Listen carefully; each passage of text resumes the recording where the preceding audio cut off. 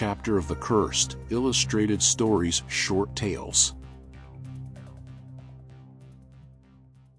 Marek was not the type of person who runs away from mysteries. He had always been fascinated by stories of forbidden books, mysterious artifacts, and dark secrets that few dared to speak aloud. He was an archivist, a researcher of the past, but deep down, he was a seeker of thrills. Each discovery, each ancient manuscript was like a piece of a puzzle for him, leading to a hidden truth. One day, while sifting through documents from the private collection of the late Professor Zawadzki, he came across a mention of a book known as the Chapter of the Cursed.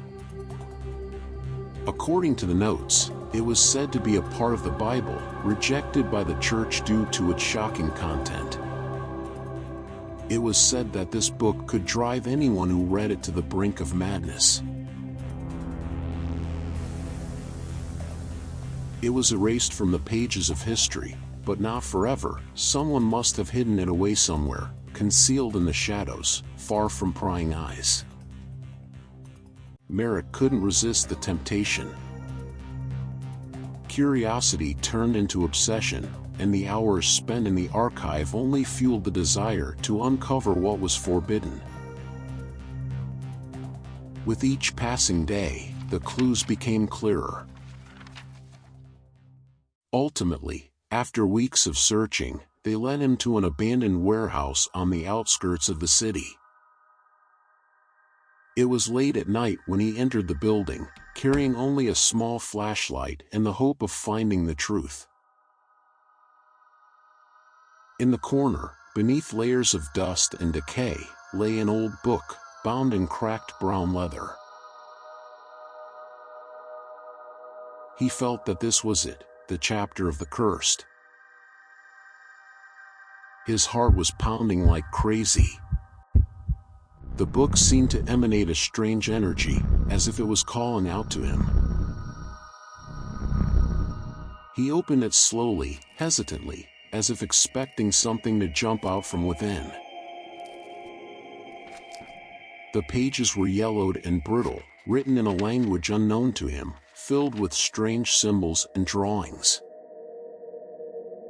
The illustrations depicted inhuman creatures, with elongated limbs and lifeless, glassy eyes that seemed to stare at him no matter where he looked. Deep inside, he felt a mix of fear and strange fascination. Each page seemed to tell a story of things that should not exist. With each passing chapter, he felt as if something inside him was breaking. The world around him became increasingly blurred, and his mind began to play tricks on him.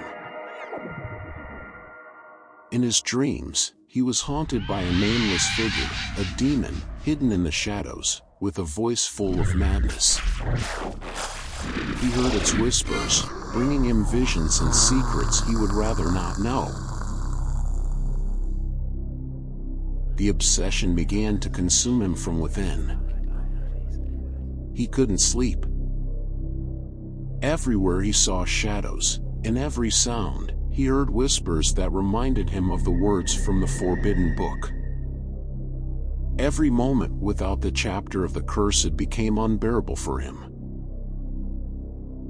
He withdrew from friends and family, and his home transformed into a temple of obsession, with covered windows, lit candles, and pages of the book spread out on the table. One evening, as the sun set and Marek sat at his desk, staring at the illustrations, a horrifying discovery dawned on him. The Chapter of the Cursed not only described evil, it summoned it.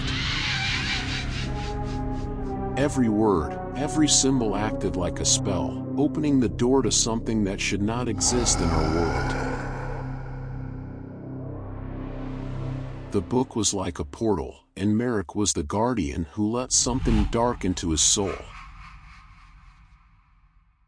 He realized that there was only one way out. To escape the curse, he must pass the book on to someone else. He must find another victim to satisfy the book's desire. For the next few days, he wandered the city, watching people and searching for a victim he could lure into the same trap. After a long search, Marek found the perfect victim, a young, ambitious history student named Adam, who had recently begun to take an interest in forbidden literature and ancient rituals. Marek encountered him by chance in an antique shop, where the young man passionately browsed through old volumes, just as he once did. He smiled to himself, seeing in Adam his own reflection from years past, a curious, ambitious young man convinced that everything could be explored without consequence. Marek decided to act quickly. He approached Adam and asked if he would like to learn the true secret, a mystery that no one else had the courage to uncover. He mentioned the book, not without a theatrical tension in his voice.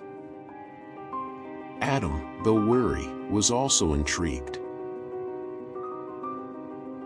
He succumbed and agreed to accept Marek's invitation to his home, to see something truly special. As they entered Marek's dark room, Adam felt a chill and paused momentarily at the threshold, but curiosity got the better of him, and he stepped inside. Marek placed the book on the table and whispered the words that, according to ancient texts, were meant to begin the ritual of transferring the curse. Adam stared at the book, his eyes filled with fascination, unaware that his soul was slowly falling into a trap. Marek retreated into the shadows, reciting the incantations that would bind the unfortunate young man to the cursed book forever. Adam opened the book, and his face was illuminated by the eerie red light emanating from its pages. The moment Adam realized the truth, that he had become a prisoner of the book, was brief, but his eyes registered the fullness of horror. Marek, watching the young man, felt the weight of the curse seemingly lift from his body. He was free, but he did not feel relief. Instead, he was engulfed by a strange, unsettling feeling of emptiness. He realized that he had become something of an executioner, a servant of a destiny he did not want. For a brief moment, he felt a pang of guilt, but it was already too late. He left in silence, leaving Adam alone with the book, now inextricably bound to its dark secrets. Marek left the city, knowing he would never return. Yet deep down, he knew that the curse had left a mark that could never be erased.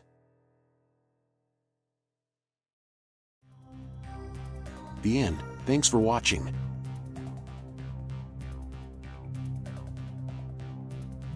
Subscribe for more.